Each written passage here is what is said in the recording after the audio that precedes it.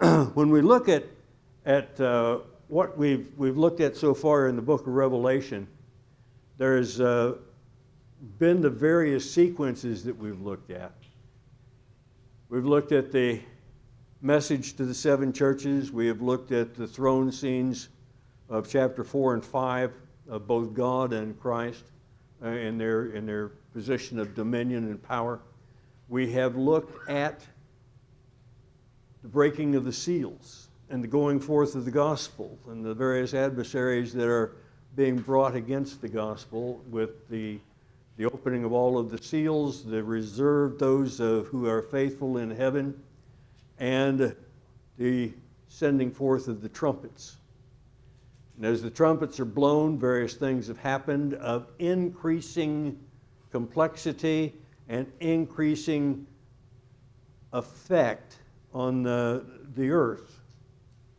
And now we're coming into chapter 12, and we noticed some things there in chapter 12 having to do with this great red dragon, and identified as, chapter 12 identifies this individual as, in the English version, the devil and Satan.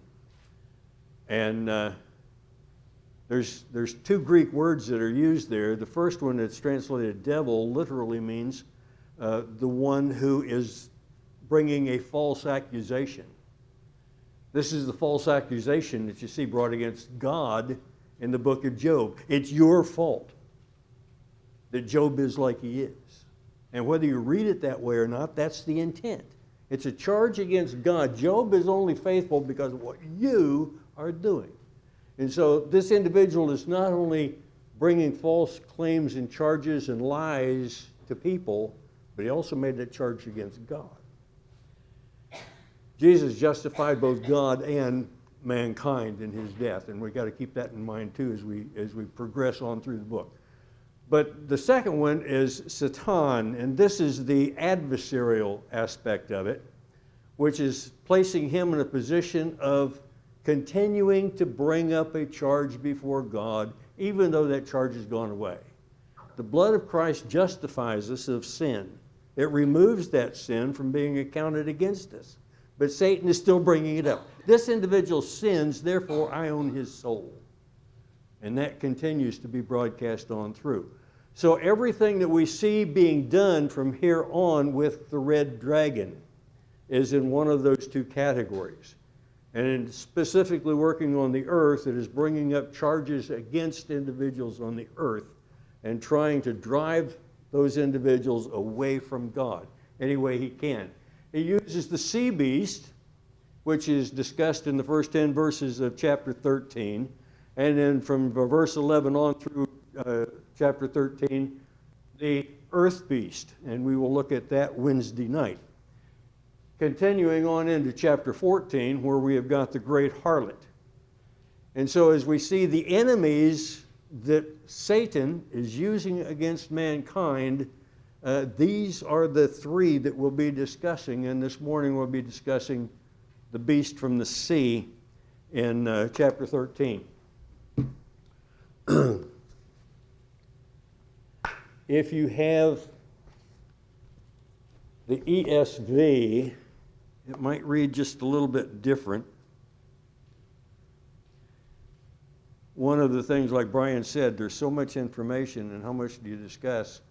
We could spend a couple of classes just talking about the differences in the translation between chapters 12 and 13 here, based upon the Textus Receptus of the King James and New King James, or the critical text of the English Standard Version, and the differences in the documents that put those Greek texts together and the subsequent translation of those things. And so as some of you might have the first verse of chapter 13, and the dragon stood on the sand of the seashore, as the last verse of chapter 12. And that's one of those things that kind of gets moved around when we look at the different versions the way they exist right now. But if you read down through chapter 12 and eliminate the chapter break,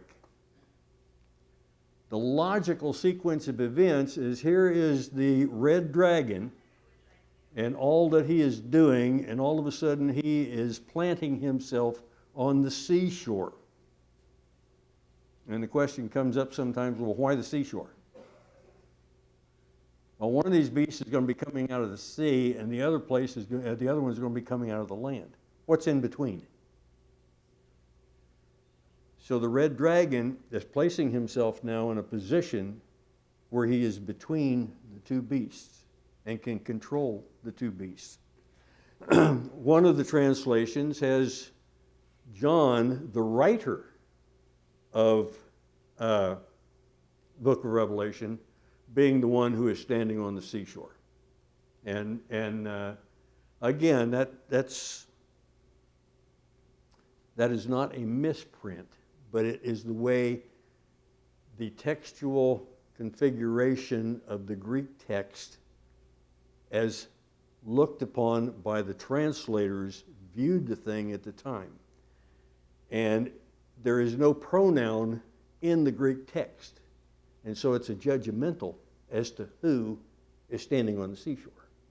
Logically, if you eliminate the break between 12 and 13, logically, the continuation is it's a red dragon standing there. And so that's at least the way Sean and I view that one. And so as we look on down through chapter 12, as we discussed, you're using the faithful of Israel to bring forth Messiah. How many times in Israel did Satan try to stop the bringing forth of Messiah? If you follow that on through and read it diligently, you find such things as even Judah, who was forecast by prophecy to bring forth the king. How many times did Judah refuse to produce an heir? How many times did something occur to try to eliminate the seed of David?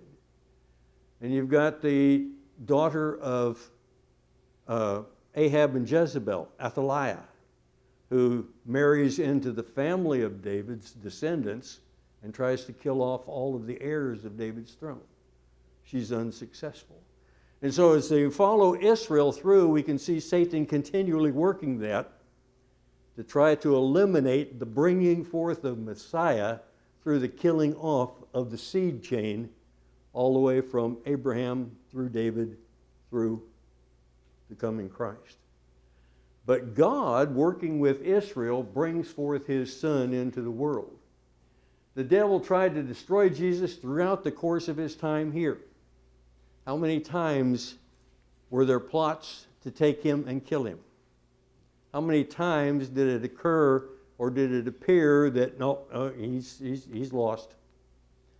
And even with his death on the cross, where's the victory?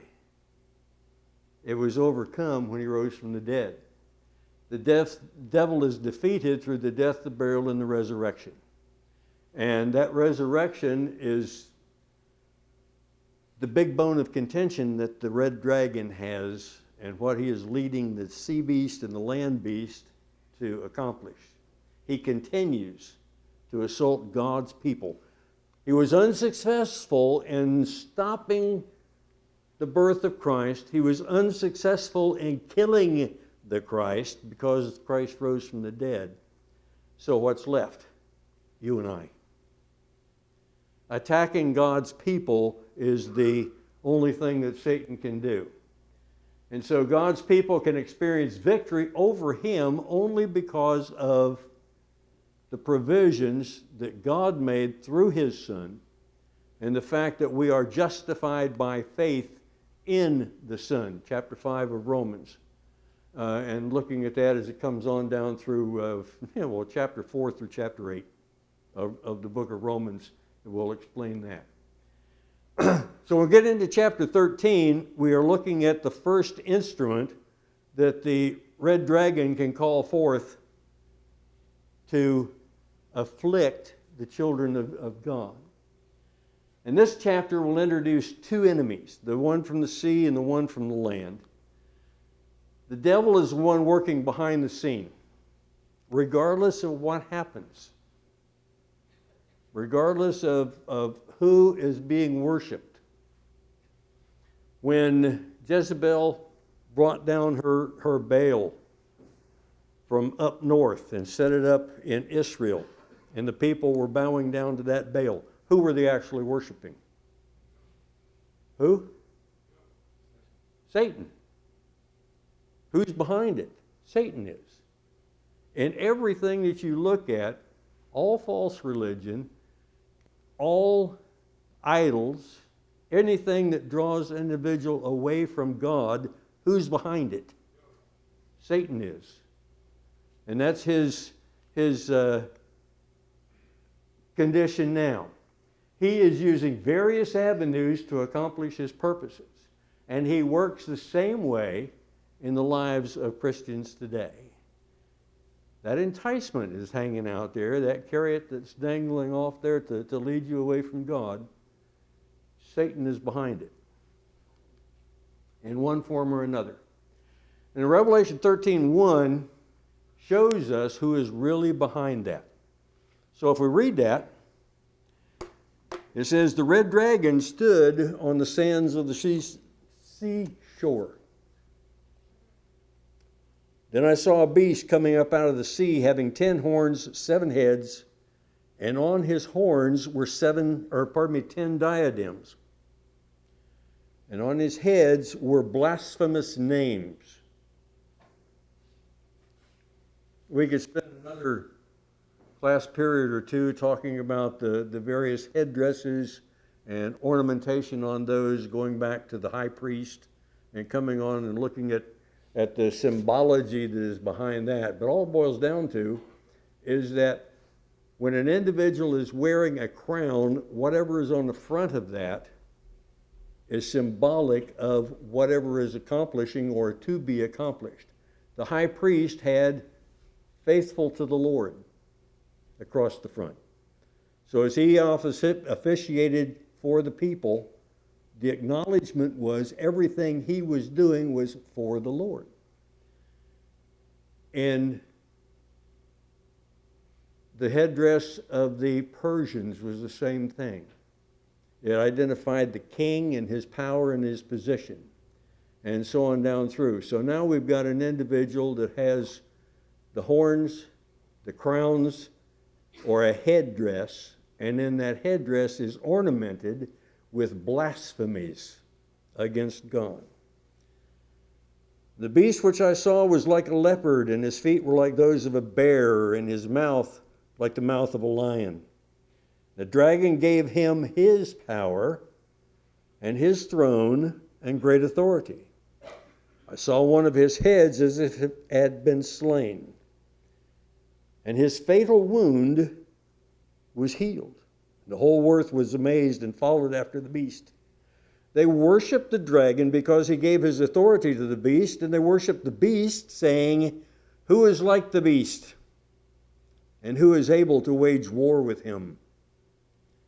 And there was given to him a mouth, speaking arrogant words and blasphemies, and authority to act for 42 months was given to him. He opened his mouth and blasphemies against God, to blaspheme his name and his tabernacle, that is, those who dwell in heaven. And remember, we talked before about the church is also the tabernacle, and each individual is a tabernacle as such, if God is in us and working through us. It was also given to him to make war with the saints and to overcome them. And authority over every tribe and people and tongue and nation was given to him.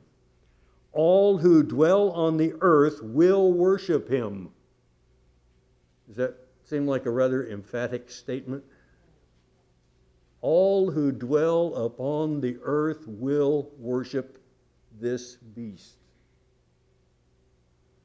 Everyone whose name is not written where? Everyone whose name is not written from the foundation of the world in the book of life of the Lamb who has been slain.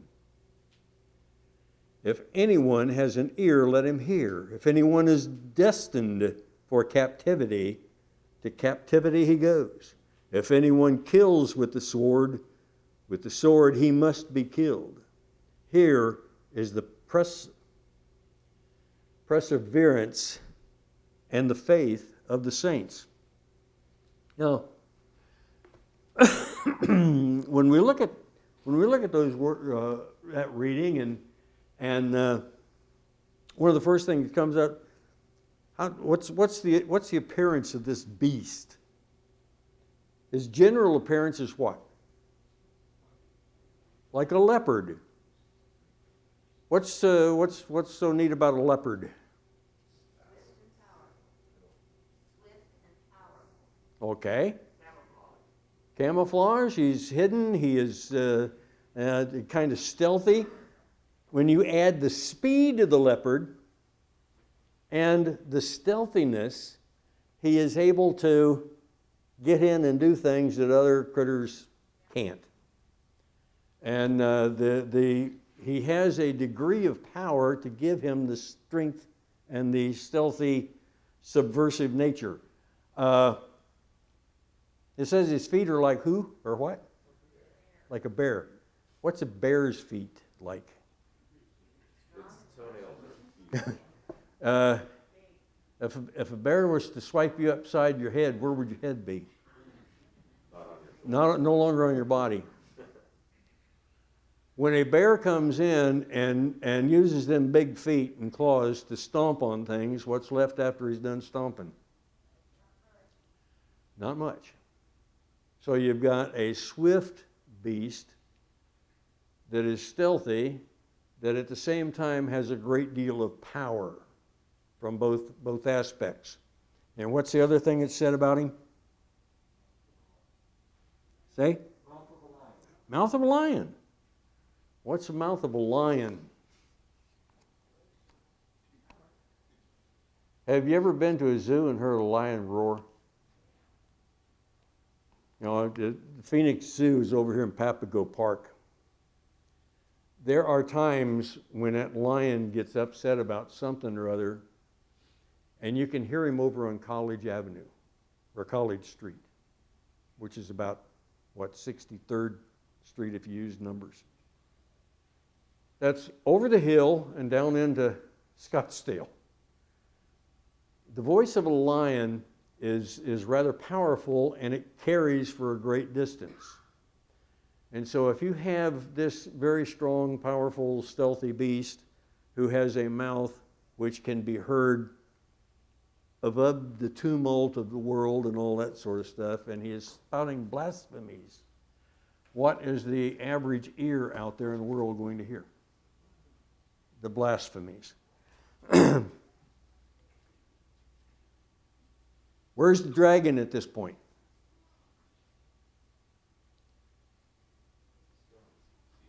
If we go with the accepted versions of the text, the red dragon is standing on the seashore. The word specifically is he is standing on the sand of the sea. And where's the sand from the sea? The sea washes it up on land, and you wind up with the seashore. Therefore, we call it he's standing on the seashore. And so he is in a position now to maintain control over both the sea and the land.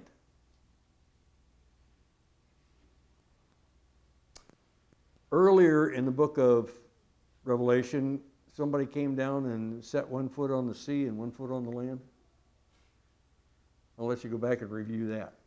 But it is a place where you've got authority and control over both aspects. When you look at the seashore and when you look at the sea and the islands of the sea as it's used in prophetic literature, what's being talked about?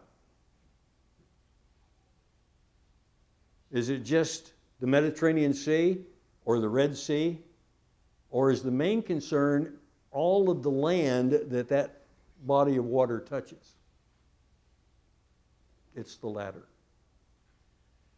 When you're talking about the sea, the islands of the sea or the lands of the sea, or the shores of the sea, you're talking about all of the nations of the earth.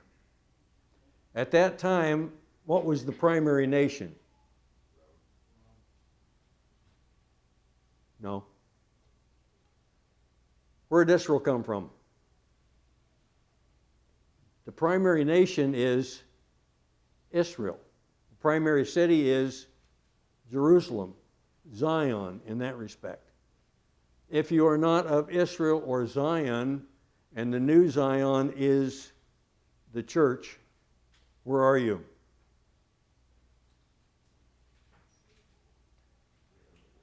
The Greek word is ethnos. It's where we get our word ethnic. If you are not of the nation, you are of the rest of the world. So you're looking at the one nation, which used to be Israel, and is now the body of Christ, the church, and everything else then is ethnic to that nation. It is foreign to that nation. So you're looking at all of the foreign nations. So coming up out of the sea, you have a being who has control over and has been given power and authority over the nations of the earth. Does that remind you of something in Matthew? Go to Matthew chapter 4. The temptation. What is the third temptation that Satan offered to Jesus? If you bow down and worship me, I will give you all these nations. What has Satan just given to this beast coming up out of the sea? All of those nations. You have power and authority over all of those nations. Who does he not have power over? The church. The church. Well, that's Revelation chapter 13, verses 1 through 10. I guess we can quit there. No, not really. It's not quite that easy. So we ask the question, why is the dragon standing on the seashore? Regardless of the power that is delegated to the sea beast, and later the power that is going to be given to the land beast, who is still ultimately in control? Satan. We see that same relationship between the Father and the Son. When Jesus says, all power and authority hath been given unto me both in heaven and on earth, who is not subject to Jesus? The Father, the one that gave him that power. And so this is that same transfer of power. It's all mine, but I'm going to give it to you to control. So who's going to do the dirty work among the nations that Satan once done? This sea beast. What's the main thing God wants us to take away from all of the language giving concerning this enemy? What's the one thing that was in there that applies to us? I don't know. The word formable comes to mind. The word what? Formable. Okay. But who has power and control? And over what? This beast is given power and authority and control over all of the nations of the earth, except what power and authority does he have over the church? Zero. He has absolutely no power over the church. If he is going to gain power over an individual who is bought by the blood of Christ, who's going to give it to him? Who? That individual. You can give up your protection, but that beast can't take it from you.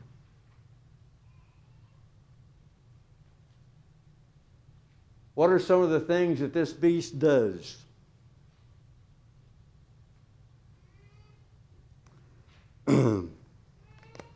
What's one thing that he does? Okay. He makes war with the saints. Do you ever feel that you're at war with the world?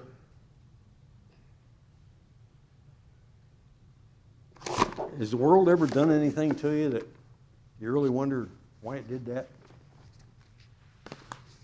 We live in a pretty good country. Sir. It makes me think that whenever people accuse God of why did God do this to me, I think they have they're giving credit to the wrong person. Yes. Yes. Most assuredly. So when we look at who has power and authority over the nations of the world, really, politically, he does, but what's the agent within that government that rules? Isn't there some form of government there? We have three institutes in government. We have the judicial, we have the legislative, and we have the executive, I think, right?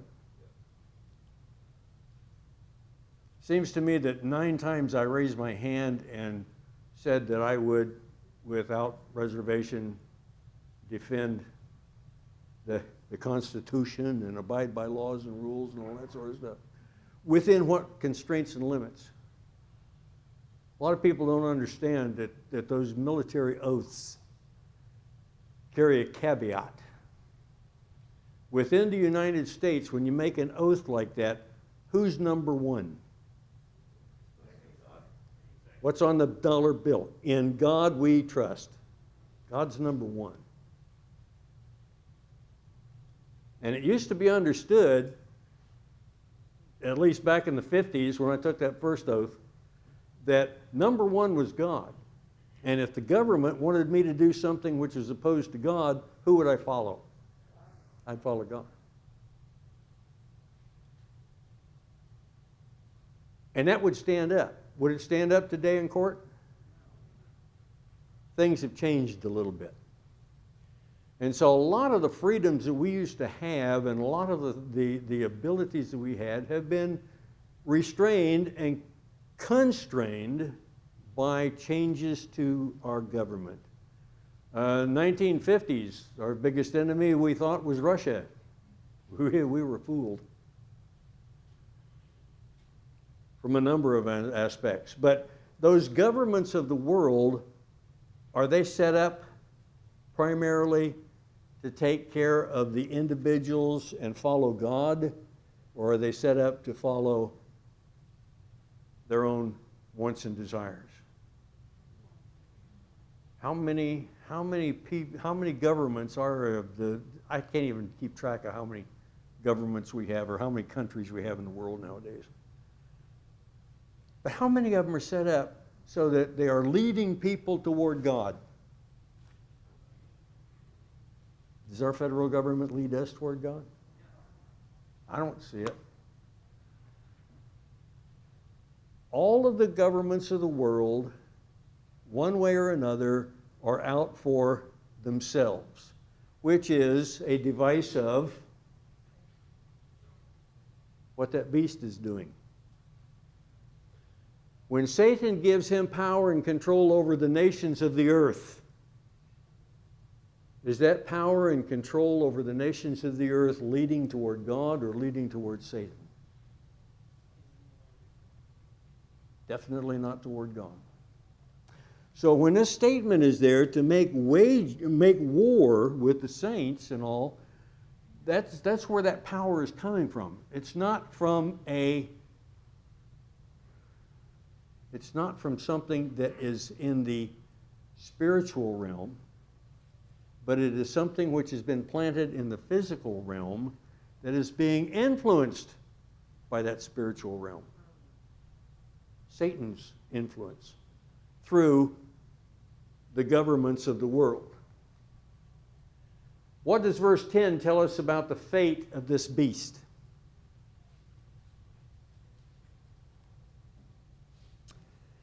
Verse 10 says simply, if anyone is destined for captivity, to captivity he goes. If anyone kills with the sword he must be killed. And then the last clause of that verse has to do with what? Here is the perseverance of the saints. Here is the perseverance and faith of the saints.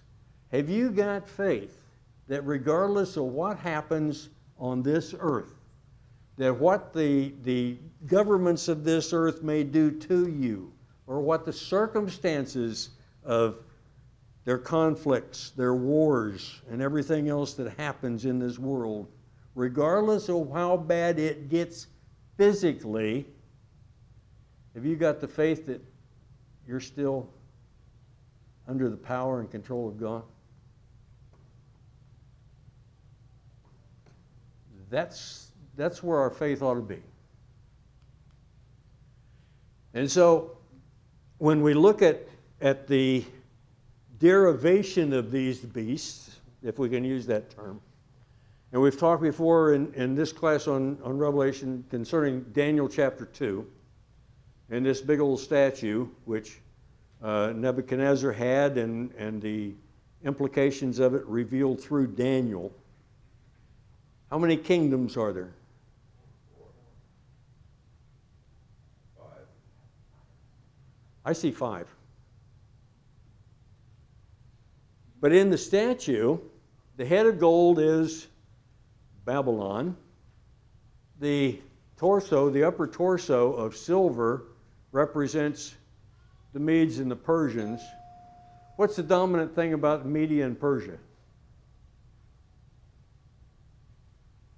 We'll get to it in just a little bit when we start talking about the next one. The brass, the lower torso and hips, is the kingdom of Greece.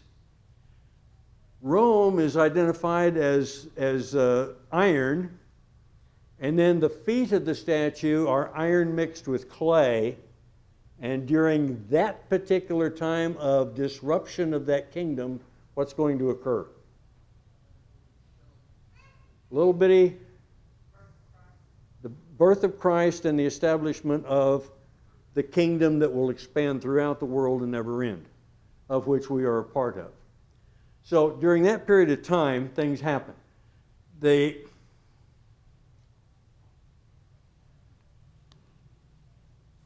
you. Looking at Daniel chapter 7, which parallels Daniel chapter 2 in greater detail. Here we start looking, we're not looking at metals, but we're looking at animals. Now the beast that's coming out of the sea, the body was leopard, the feet were bear, the mouth was, or the head was lion. When we look at this vision in Daniel chapter 7, there are 4 beasts. One of them is a lion. And that lion is representing Babylon, which was the head of gold. The bear is representative of Medo-Persia. And here is the strength and the power. Persia could not do anything at the time until they made the alliance with the Media. Media was the strong armies, the powerful army force that finally defeated Babylon. Darius was not a Greek. Darius was a Mede. And he is the one that took Babylon. So we've got the lion, the bear, and then the leopard, which is the Grecian Empire. And the thing about Greece, when it's represented over in chapter 8, I believe it is, by the goat with the long horn coming in from the west to the east. And the figure of that is speed. And here it is, the speed of the leopard. How fast did Greek take over the world? By the time Alexander was 33 years old, he'd done it. He was sad because he had nothing left to conquer. So the expansion of Greece was very rapid, and that is the speed of the leopard. And then the fourth thing that is in this vision is the great terrible beast, symbolized by the dragon in this one. But a great beast which is not like the other three, but is more terrible and vicious and everything, and that is the great beast which is Rome. And so when we look at Daniel and the vision of these beasts and its correlation to the empires at the time, and then we see this beast coming out of the sea, he's got all of those characteristics.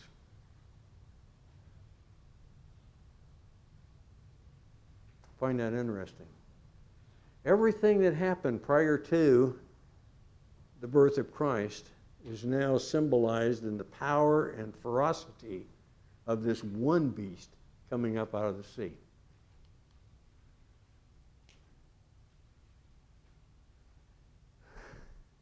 If we do a quick recap, Revelation chapter 13, we get a hint, if we come down through chapter 12 and into 13, the red dragon, the power and authority that he has been given. And again, who gave the red dragon power? God did, because the red dragon is Satan. Satan derives his power and authority from God the Father. Why? Yes. Even if you go back and look at a study of Satan, where's Tommy Peeler when you need him? When you look at Satan in the book of Job, you're looking at an individual who is confronting God, and God tells him to go do things. What authority did Satan have to afflict Job? Very limited. God gave him certain things. At first, he could do anything except touch him. And so, what did Satan use to afflict Job?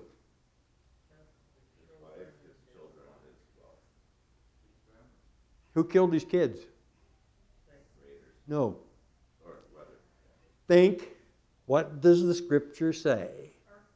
Not who gave them the power to do it, but what was used. There were individuals that came in and killed his sheep and the shepherds, that killed his camels and the herdsmen for them.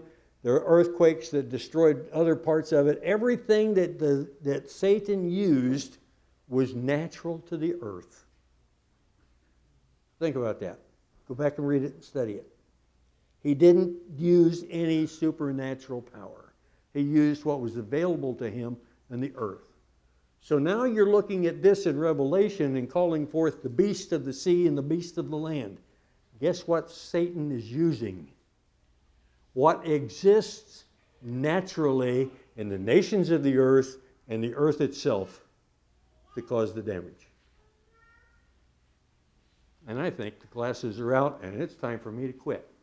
So we're going to continue with verse 11 through the end of the chapter on Wednesday night. And if you have any questions, be free to ask. I mentioned Tommy Peeler. He's got an excellent lesson on Satan, if you want to look it up on the internet from the Florida College lectures.